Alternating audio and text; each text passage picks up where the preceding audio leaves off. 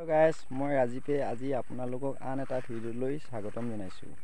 আজি আহিলোঁ আকৌ পথাৰলৈ। পথাৰত আমাৰ ৰঙা হৈ গৈছে গছবিলাক, ধানবিলাক। কি কাৰণতনো ৰঙা হৈছে ধানবিলাক আপোনালোকক দেখুৱাইছোঁ দেই। পোক ধৰিছে বুলি কয়, পোকটো কিন্তু দেখি নাপাওঁ। আপোনালোকক পথাৰখন দেখুৱাইছোঁ। হেল্ল' গাইজ, চাওক না, আমাৰ পথাৰবিলাক কি পোক লাগিছে, এইটো ৰঙা হৈ গৈছে, দেখিছে? এই গছবিলাক চাও না, পাত গছবিলাক দেখিছে নাই, ৰঙা হৈ গৈছে। এইটো গছবিলাক এনেকুৱা ৰঙা হৈ গৈছে, হয়। কি লাগিছে বাৰু এইবিলাক? আপোনালোকে যদি জানে কমেণ্ট কৰিবচোন, জনাবচোন। এইবিলাক আমাৰ ধান গছবিলাক চব কিহে খায়, এইবিলাক ৰঙা হৈ গৈছে। এইটো পোকবিলাক দেখি নাপাওঁ, কিন্তু চক না,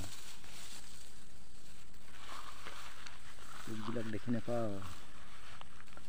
গছবিলাক চব কিমান ৰঙা হৈ গৈছে, চব গছবিলাক। কি পোক বোলে এইটো? ধানত ধৰে, চক না, ধানবিলাক এতিয়া সজাল ধৰি এতিয়ালৈ ধুনীয়া হ'ল, এতিয়া এইটো ৰঙা হৈ গৈছে। আপোনালোকে যদি এই পোকটোৰ নাম জানে আপোনালোকে জনাবচোন। কি দিলে মৰিব নোৱাৰে পোকটো, আপোনালোকে জনাবচোন। এনেকুৱা যদি হৈ যায় ধানবিলাক, গুটিটো নহ'বই। পাতবিলাক যদি এনেকৈ খাই থাকে, নহয় জানো?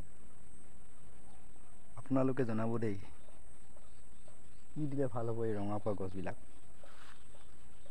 ৰঙা হৈ গৈছে চব গছবিলাক।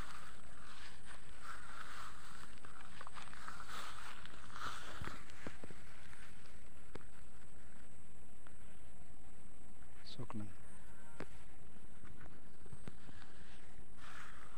পোকটোৰ নামেই নাজানো নহয় গাইজ, আপোনালোকে জনাব দেই, কি পোক হয় এইটো।